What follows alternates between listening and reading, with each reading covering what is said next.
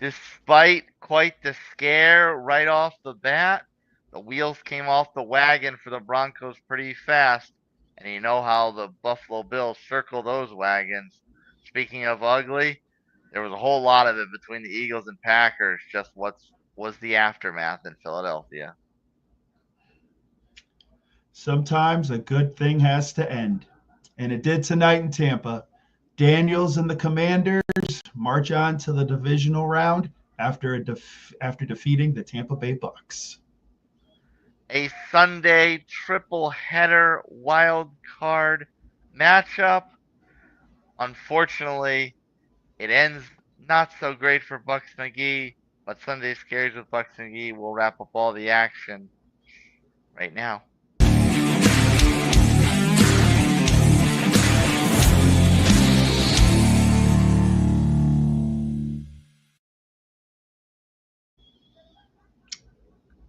Yes. Wild card weekend might not have ended well for me, but you know what? It was the best game of the weekend. and no one will take that away from me. Best game of the weekend because everything else was junk. Yeah, Nutmeg, how are we doing tonight? I suppose the NFL has one last hope for Monday, but yeah, so far not so good. Uh, 5 games in the book, and one out of the five was actually high quality. And you're welcome, America. You're welcome.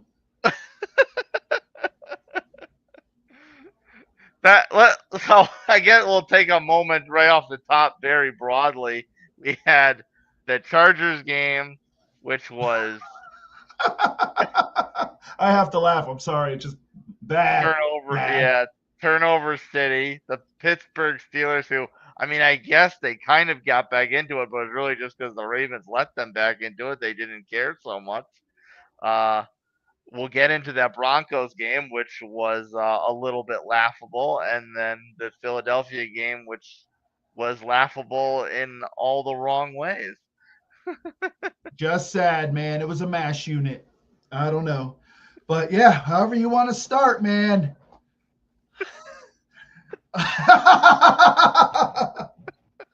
We're always funny. I don't know what you're talking about, sir. Always funny. It's going to be Yeah, hilarious. the toilet might be an adequate place to watch the majority of this weekend's games, by the way, because that's exactly where they should be flushed. Yep. Wild card toilet weekend. There you go. So we might as well start, of course, with the Sunday nighter because it was the like you said, it was the only game that was any kind of quality. And I found the flow of this game interesting because we talked previewing it a little bit about how it was just going to be points out the wazoo because both teams had struggling defense, that sort of thing. Um, but it wound up being quite the opposite. There were multiple plays uh, in the second half where the defense stood up. The Tampa had that big stop for fourth down, and then as right on the goal line, and as they're pushing back up the field, Washington gets the turnover on Baker's miscue handoff or fake, whatever the play call may have been. So. I thought it was interesting that the defenses were the units that showed out here more so than the offenses. Yeah, I was impressed. You know, Washington's defense has impressed gradually through the year, and Tampa's defense has been the sore spot throughout. So it was a pleasant surprise. Yeah, that fumble there. Basically, if Tampa doesn't fumble there, I think they go down and score, and I think they win the game. So Mm, what it looked like it was supposed to be a fake handoff, and I think Baker was going to bootleg around, but unfortunately, timing wasn't right, and it is what it is. But you can't take anything away from Baker. You live by Baker, you die by Baker. I think he played great. He's going to give up the ball at some point during the game, but he usually bounces back. But you got to give Washington credit. He played a hell of a game. Daniels, and we've talked about him. He's great young quarterback, probably the best young quarterback in the league. And Washington could give some teams some trouble next round. yeah, so when so much of the offense this year has relied on Baker's shoulder. You just have to live with the occasional turnover. Yeah, if you look at his numbers, if it was any other quarterback, he'd be getting some consideration for MVP. But Baker still has the stigma to him, which is fine. He plays with the chip on his shoulder, but you can't deny the numbers and the season he's had. So no one thought this Tampa team was going to win more than 6 games. So you take it for what it's worth, and you just get ready for next year. But give Washington their due. Played a hell of a game. Before we talk about Washington for a moment, though I would the one bright spot for the Bucs I would say would be the play of Mike Evans in this game. I mean they made Tirico made a little subtle jab at the fact that him and Lattimore are used to going at each other over the last few years. Uh, Mm-hmm. and he very much got the better of Marcus Lattimore again. Yeah, they've gone back and forth for years, ever since, Lattimore was on the Saints. And I think they respect each other, but in watching them play, you would think, they just truly hate each other. But, Mm, it was Lattimore was coming back. I think he's still kind of iffy with the hamstring. So Mike was able to, do his thing, and they got him involved early and often. So you got to give Mike credit. Had a great season, like you said. Now they've just got to shore up that defense, and I think you're going to probably see maybe an edge rusher added on to this team, and probably, hopefully, some cover linebackers. That's what this team really needs. yeah, the biggest glaring flaw of the defense overall this season. The latter of those. um, Mm-hmm. Now, when it comes to Washington, compare this to the season opener, because this was, of course, a rematch, where the Bucs were Jayden Daniels' first opponent, and the Bucs emerged victorious. Um, uh, uh, and I kind of remember I kind of got on Jayden Daniels' case a little bit because he celebrated a touchdown when the team was down by multiple possessions.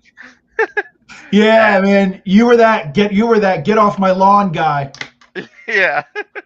So what's your kind of comparison as far as seeing Jayden Daniels as green can be to leading his team on a clutch drive to win a playoff game?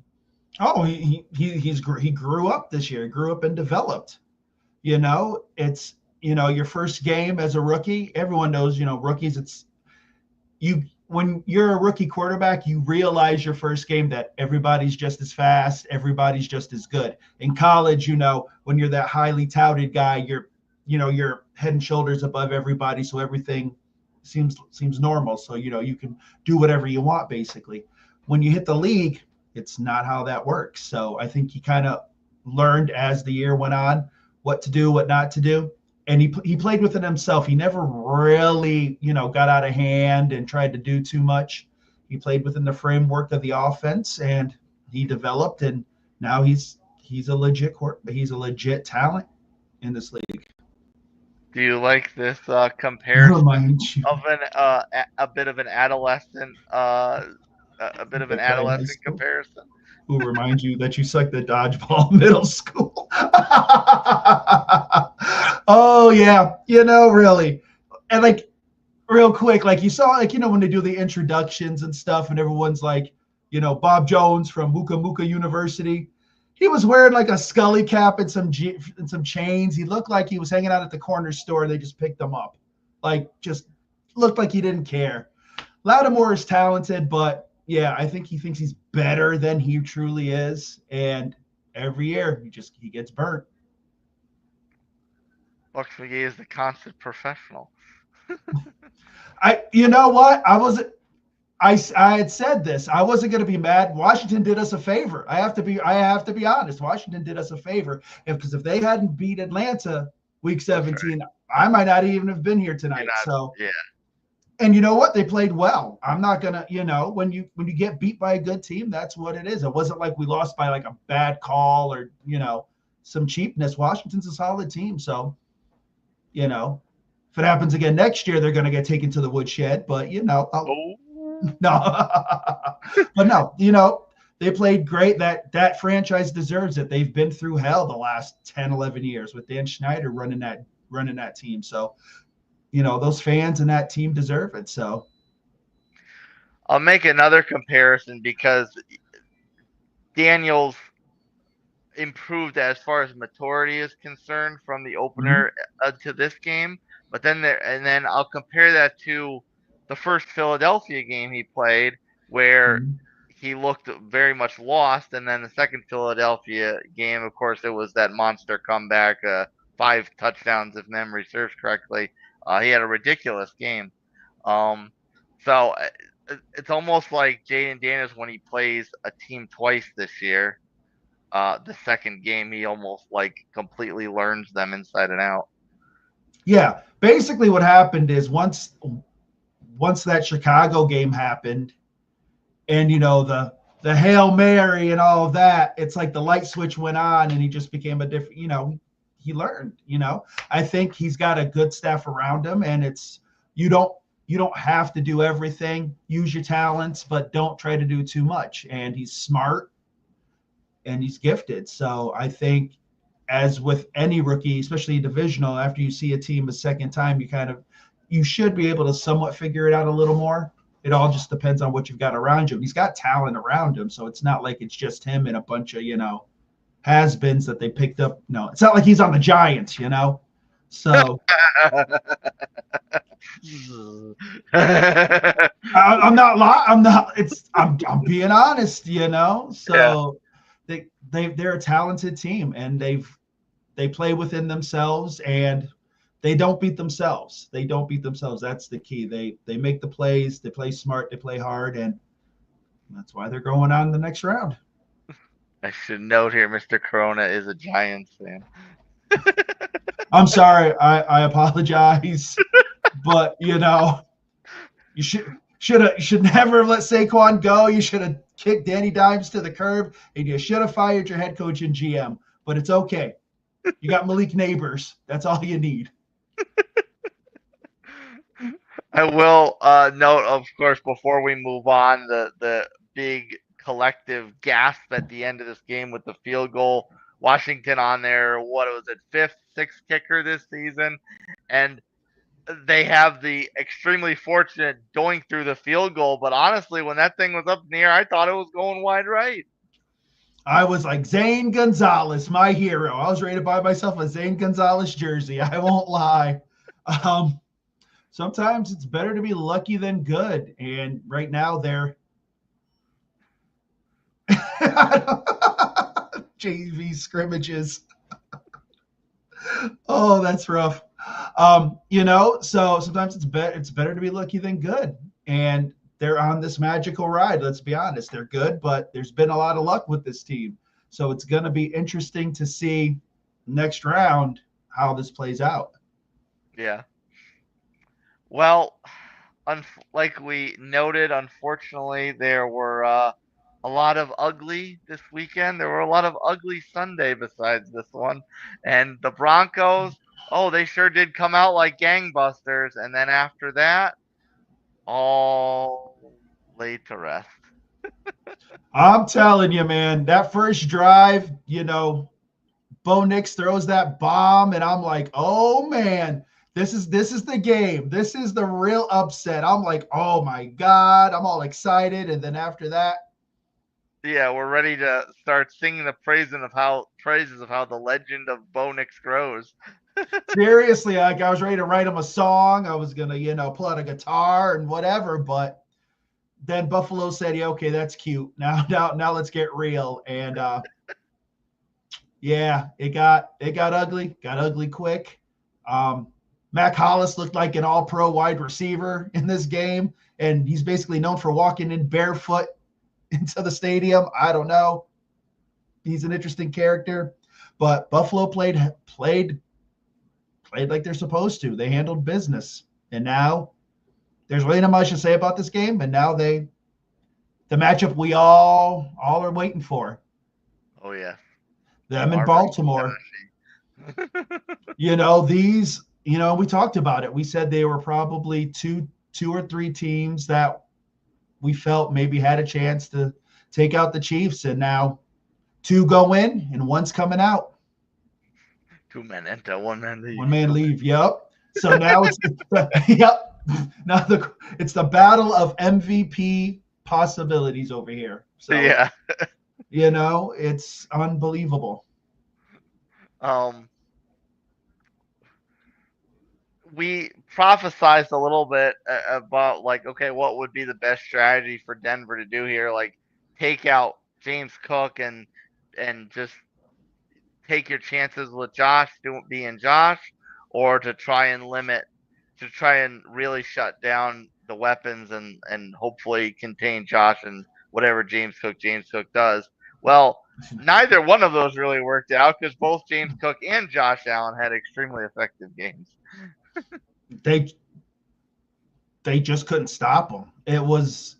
I thought Denver's defense would have played a little better, and it just didn't happen.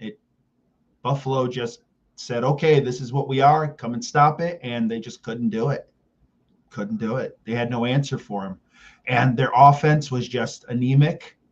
Buffalo played fast, played hard, and just Bo Nix just couldn't get anything going.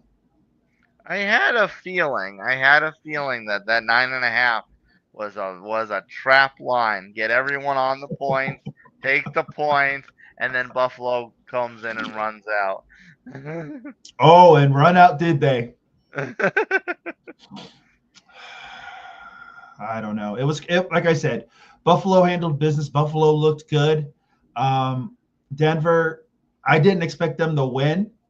I thought it would have been a little closer, but at the end of the day, you've got to give Denver credit from where they were last year.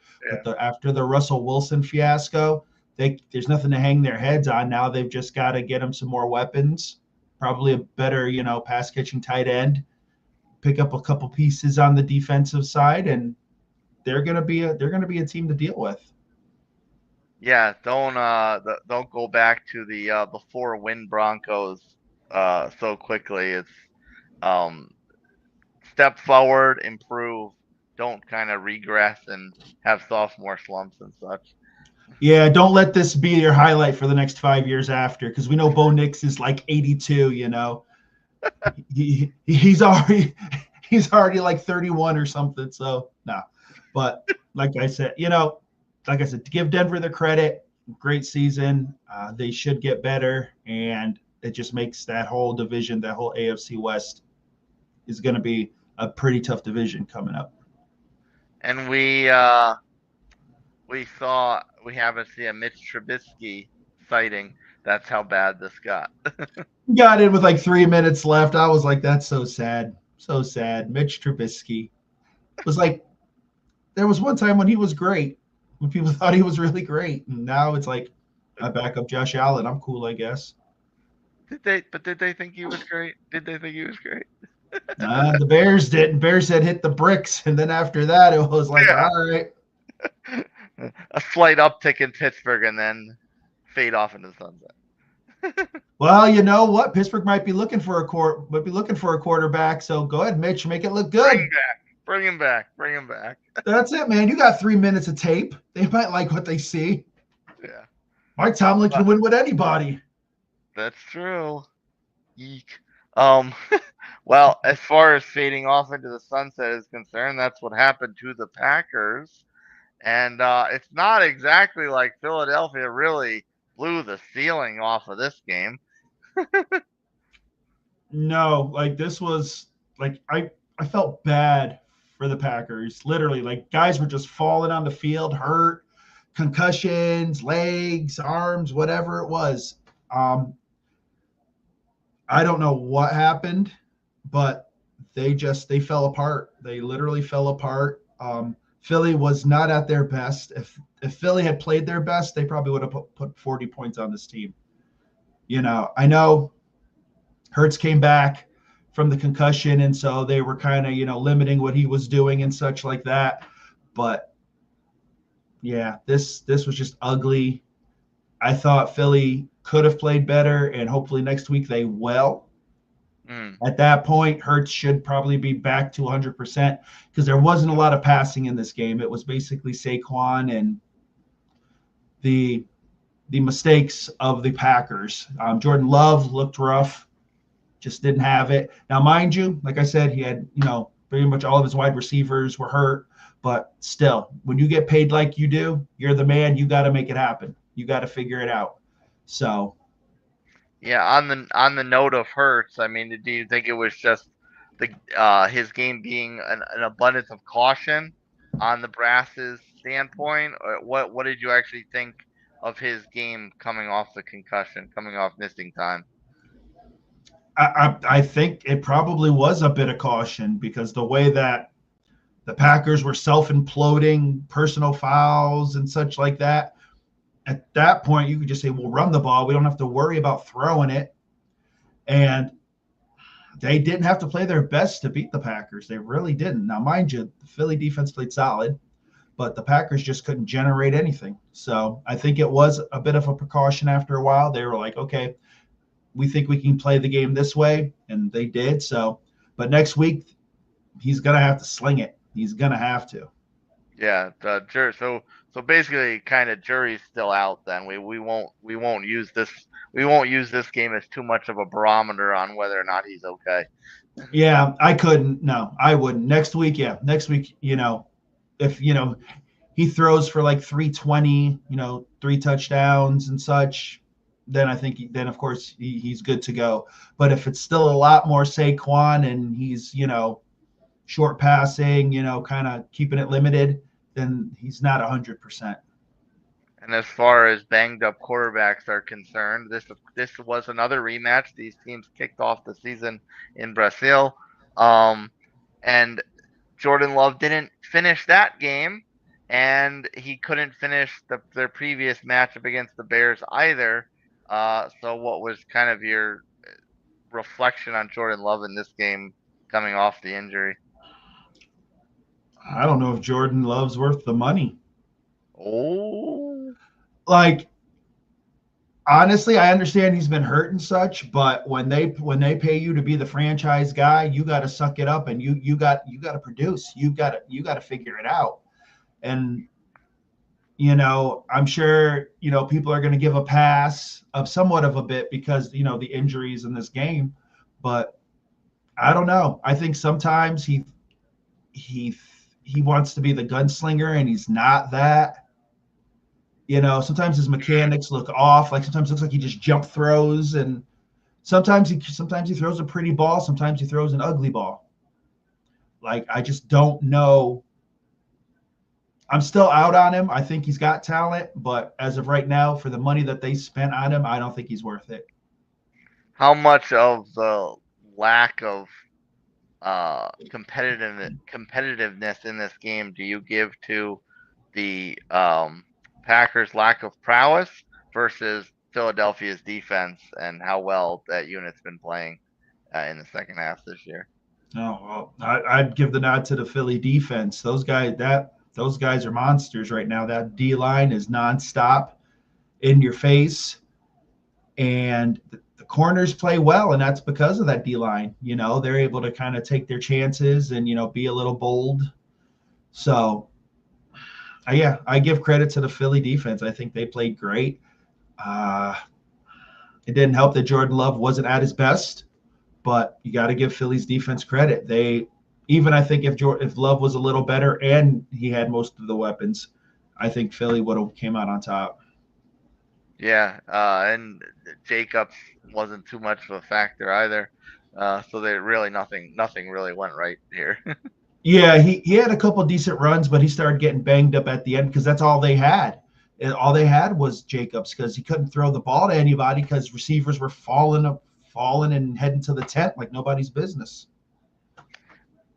We will, of course, spend more time on previewing the divisional round following our reaction to the Monday game between Minnesota and the Rams. But I will note they already did release the schedule. It starts off with Houston and Kansas City on Saturday, Washington going into Detroit in prime time Saturday, a mid-afternoon start between the winner of Monday's game and the Eagles, and then of course the MVP hopeful showdown at 6:30 between the Bills and Ravens. So, I mean, I'm assuming your answer is going to be Bills and Ravens, but aside from that, what are you most looking forward to in divisional weekend thus far? I'm interested to see how the Chiefs come out. Mm.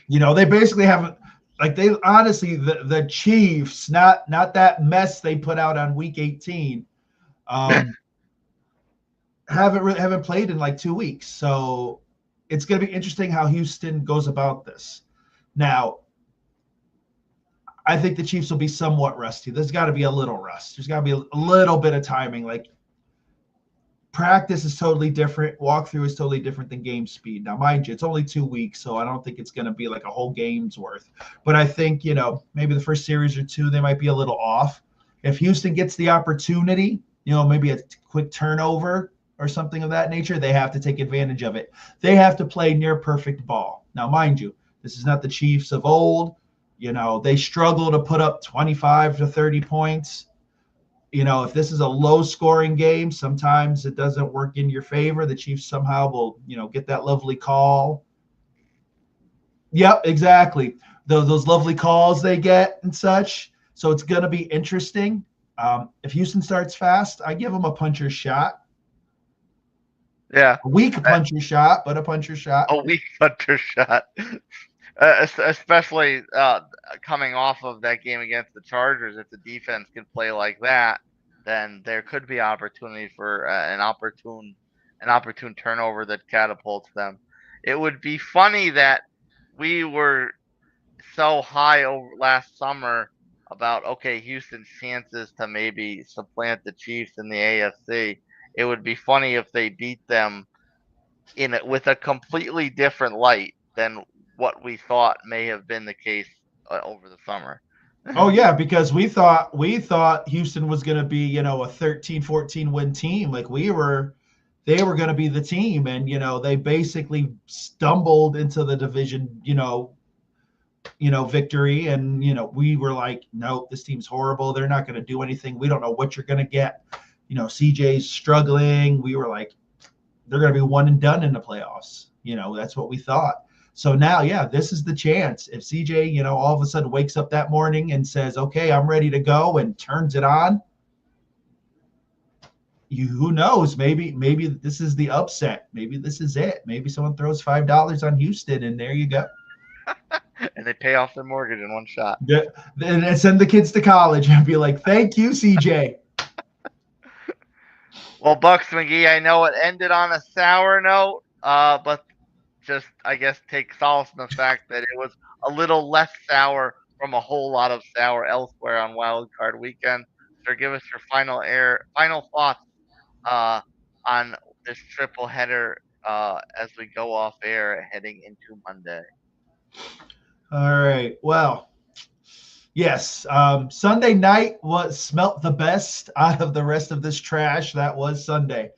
At the end of the day, give Washington their credit. They're a scary team. You got to give them credit. I'm sure they're gonna scare some people. Philly could be good. They just got to be able to throw the ball.